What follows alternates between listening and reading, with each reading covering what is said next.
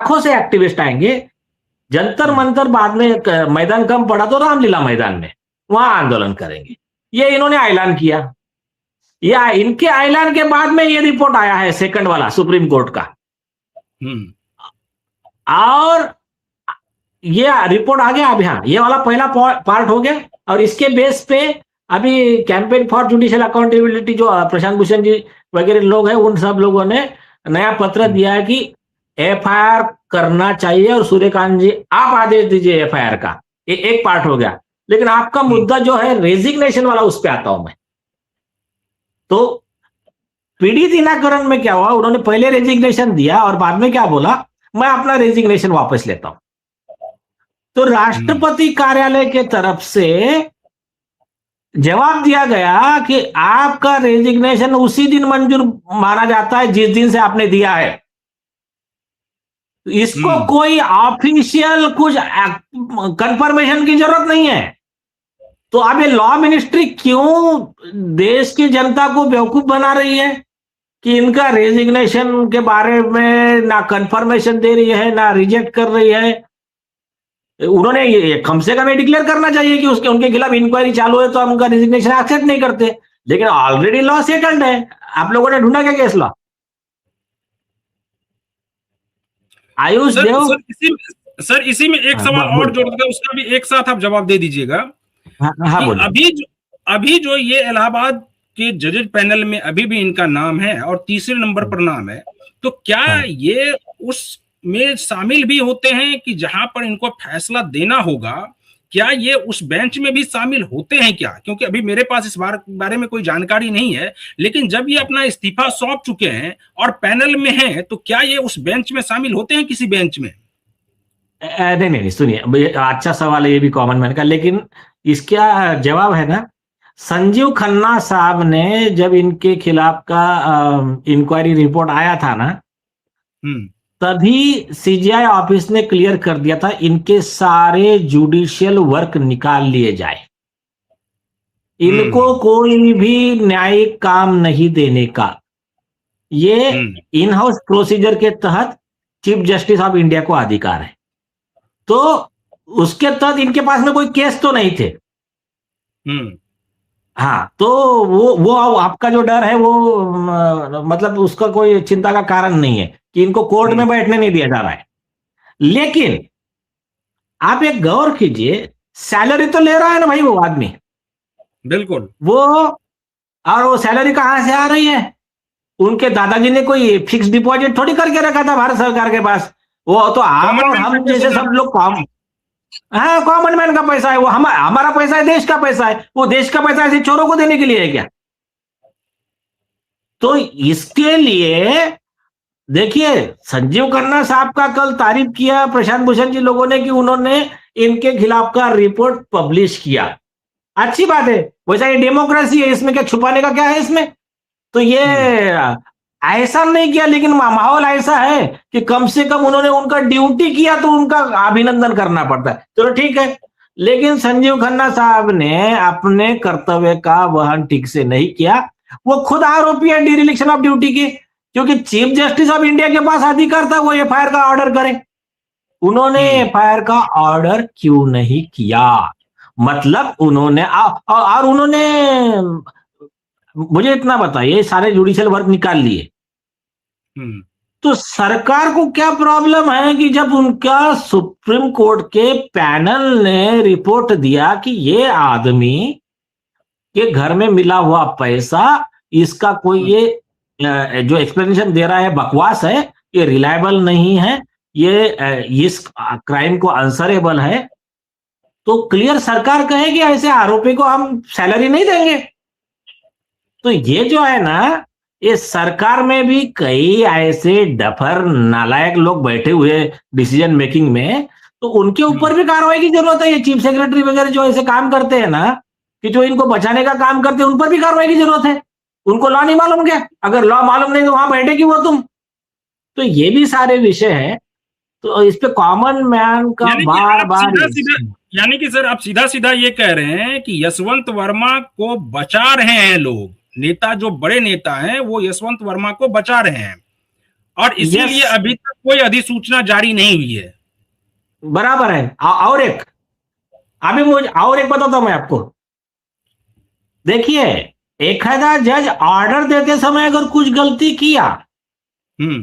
तो उसके खिलाफ सैंक्शन की जरूरत पड़ जाती है कि चीफ राष्ट्रपति के पास से सैंक्शन लेना है, और राष्ट्रपति चीफ जस्टिस से कंसल्टेशन में परमिशन देते हैं, जैसा जस्टिस निर्मल यादव के खिलाफ चार्जशीट गई थी वो हुआ था। और आपके दिल्ली हाईकोर्ट के जज थे शमित मुखर्जी, ऑर्डर देने के लिए 25 लाख रुपए और एक रशियन मॉडल मांगा था उन्होंने, तो रशियन बिल्कुल। समोसा कोड वर्ड था, तो अरेस्ट हो गए थे, 13 दिन का पुलिस कस्टडी हुआ था।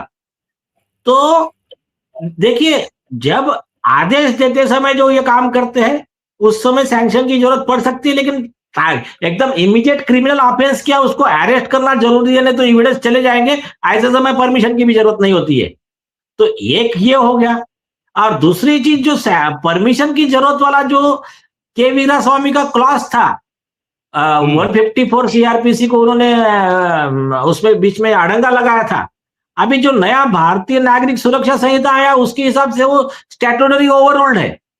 तीसरी चीज, अभी ये खुद इन्होंने रेजिग्नेशन दिया है, तो इनकी सारी इम्यूनिटी खत्म हो चुकी है, इनके खिलाफ में कोई परमिशन की जरूरत नहीं है। ये के वीरास्वामी में भी लिखा है, और ये कई जजमेंट है बाद में के उसमें भी लिखा है कि जो एक बार पब्लिक सर्वेंट रिटायर्ड हो गया है या जॉब पे नहीं है तो उसके खिलाफ परमिशन की जरूरत नहीं है। अच्छा सर, लेकिन बोलिए। सर ये सवाल तो यहाँ पर बनता है ना, जब प्रधानमंत्री नरेंद्र मोदी ये कहते हैं कि ना खाऊंगा ना खाने दूंगा, और कानून मंत्रालय प्रधानमंत्री से तो ऊपर है नहीं, तो फिर प्रधानमंत्री को क्या इस बारे में जानकारी नहीं है क्या कि यशवंत वर्मा ने क्या किया है? और जब उसकी सारी रिपोर्ट सबमिट हो गई है तो क्या प्रधानमंत्री डायरेक्ट नहीं कानून मंत्रालय को कह सकते हैं कि आप क्या कर रहे हैं, क्यों नहीं इनका अधिसूचना निकाल रहे हैं, क्यों नहीं इनको पैनल से बाहर कर रहे हैं? बराबर है, बराबर है। प्रधानमंत्री कार्यालय ने देश को जवाब देना चाहिए। और ये मामले में अगर मोदी जी को मालूम नहीं होगा तो आप मालूम हो जाएगा, सारा देश चिल्ला रहा है। और इसका मतलब क्या है, ये मोदी जी के सलाहकार उनको गलत सलाह दे रहे हैं। हाँ हाँ, मतलब कई बार ऐसा होता है, मैंने खुद देखा है कि अभी देखिए प्राइम मिनिस्टर है, उनको पूरा दुनिया देश, ये 145 करोड़ की आबादी, इतने अलग स्टेट, इतने सीएम, ये सबको देखना होता है। लेकिन तब फिर क्या इस रूप में ही उनके पास, उनके कान तक आवाज पहुंचेगी? जिस प्रकार से अभी छात्रों के आंदोलन के नाम पर जिस प्रकार से जंतर मंतर पर पूरा ड्रामा रचा गया, क्या उसी प्रकार से फिर कोई आंदोलन हो तभी प्रधानमंत्री के कान तक आवाज पहुंचेगी क्या? नहीं भाई, तो ये गलत ट्रेंड है ना, फिर ये तो डेमोक्रेसी के खिलाफ है। देखिए, आंदोलन करना हमारा अधिकार, ये अलग चीज है, लेकिन आप इसका मतलब यह होगा कि जिस विषय पे जनता आंदोलन नहीं करेंगे आप मामला दबा दोगे। तो एक आधे गरीब की बच्ची है, उसके ऊपर अन्याय हो गया तो उसमें आंदोलन नहीं होगा तो फिर आप न्याय ही नहीं करोगे। या फिर एक आधा बड़ा करप्शन ऐसा कर लिया और उसने सारे विरोधी पार्टी को हफ्ता दे दिया, तो उसमें फिर ये विरोधी पार्टी आंदोलन ही नहीं करेंगे तो मामला उठेगा ही नहीं, फिर सब मिलकर एडजस्ट कर लेंगे, तो फिर ये तो गुंडाराज हो जाएगा ना। तो ये तो रूल ऑफ लॉ कहां से है? फिर ये रूल ऑफ लॉ का तो ये मतलब इसको क्या बोलते हैं, डेथ नेल है ये। तो देखिए, ये गलत ट्रेंड सेट हो रहा है। बाकी बातें तो छोड़ दीजिए, लेकिन एक बात में असदुद्दीन ओवैसी का मतलब एक बात गौर करने लगे, उन्होंने यही कहा था, उन्होंने कहा ये गलत ट्रेंड सेट हो रहा है कि मतलब तुम तोड़फोड़ करोगे, आंदोलन करोगे तो तुम्हारी बात मान ली जाएगी। ये कांग्रेस जनता पार्टी के विषय में ये प्रेसिडेंट गलत सेट हो रहा है, ऐसा नहीं होना चाहिए। बल्कि होना यह चाहिए कि जहां पर देखो, don't see who is right, see what is right. तो जहां पर गलत है वहां कार्रवाई हो। अरे 50 बार भजन लाल के केस में, इवन जस्टिस निर्मल यादव के केस में सुप्रीम कोर्ट 50 बार लिख रहा है, whosoever high you are, the law is above you, public's expectation are above you।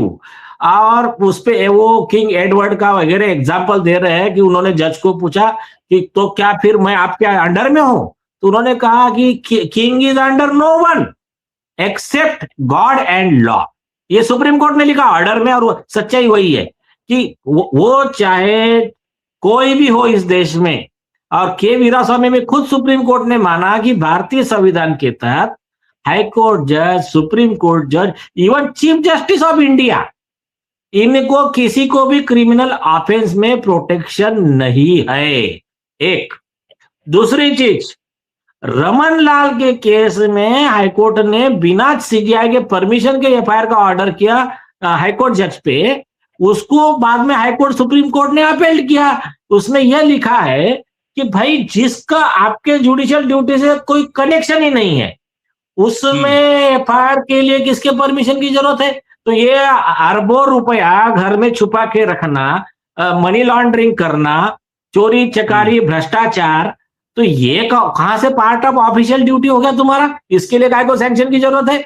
और दूसरी चीज, इनकम टैक्स डिपार्टमेंट को इंक्वायरी करने से किसने रोका है? ईडी को इंक्वायरी करने से किसने रोका है? सीबीआई को इंक्वायरी करने से किसने रोका है? एफआईआर बाद में हो जाता। नहीं, तो यही जो है ईडी ना, है जो 10 करोड़ 20 करोड़ के लिए इधर उधर हर जगह पता नहीं कितने जगहों पर 10 करोड़ की जांच करने के लिए 50 करोड़ खर्च कर देती है, लेकिन जहां पर 200 करोड़ से ज्यादा रुपए का सीधा सीधा दिख रहा है, सबूत है, साक्ष्य है, उसके बावजूद भी ना तो ईडी ना सीबीआई कोई कुछ भी करने को तैयार नहीं है। खैर सर, अब इसी से जुड़ा हुआ एक और मुद्दा है कि इस मामले में तो जो हो रहा है वो पूरा देश देख ही रहा है। उधर नुपुर प्रसाद के मामले में भी देखिए कि नुपुर प्रसाद के बारे में पूरा जगविदित है कि सुशांत सिंह राजपूत के केस में किस प्रकार की रिपोर्ट सौंपी गई, और अब उनको मेडल फॉर मेरिटोरियस सर्विस का अवार्ड दिया गया। यानी कि जिनको अपराध रोकने के लिए, सेवा करने के लिए, कानून व्यवस्था को कायम करने के लिए, प्रशासन को सुचारू रूप से चलाने की जिम्मेदारी होती है जिनके ऊपर, उन्होंने क्या किया ये पूरा देश जान रहा है। इसके बावजूद उनको सम्मानित किया जा रहा है, उनको राष्ट्रपति मेडल दिया जा रहा है। तो ये इसी प्रकार का प्रेसिडेंट सेट हो रहा है ना पूरे देश में। यस यस, अभी देखिए ये बात आपकी जो आपने बात कही, आप सोशल मीडिया पे देख लीजिए, सब तरफ देख लीजिए, सारा देश व्यथित, देश छोड़िए, अभी एसएसआर वॉरियर पूरे दुनिया भर में फैले, 5 करोड़ से ज्यादा लोग हैं। ये आप देख लीजिए कि ऐसे दुखी हो गए वो लोग। ये क्या है मालूम है क्या? इसको बोलते हैं उनके जले पे नमक छिड़क। बेचारे दुखी थे, आपने मर्डर केस को सुसाइड बना के रिपोर्ट दे दिया। आप उसके ऊपर में उस अधिकारी को आप सम्मानित कर रहे हो और उसके न्यूज चला रहे हो क्या कि उसने सुशांत केस अच्छी तरह से इन्वेस्टिगेट क्या करके उसको राष्ट्रपति मेडल। तो ये जो है ना, वो एक अटल बिहारी वाजपेयी जी का, अगर आपको एक याद होगी बात, कविता, आखिर सहने की भी सीमा होती है, सागर के अंदर ज्वाला होती है।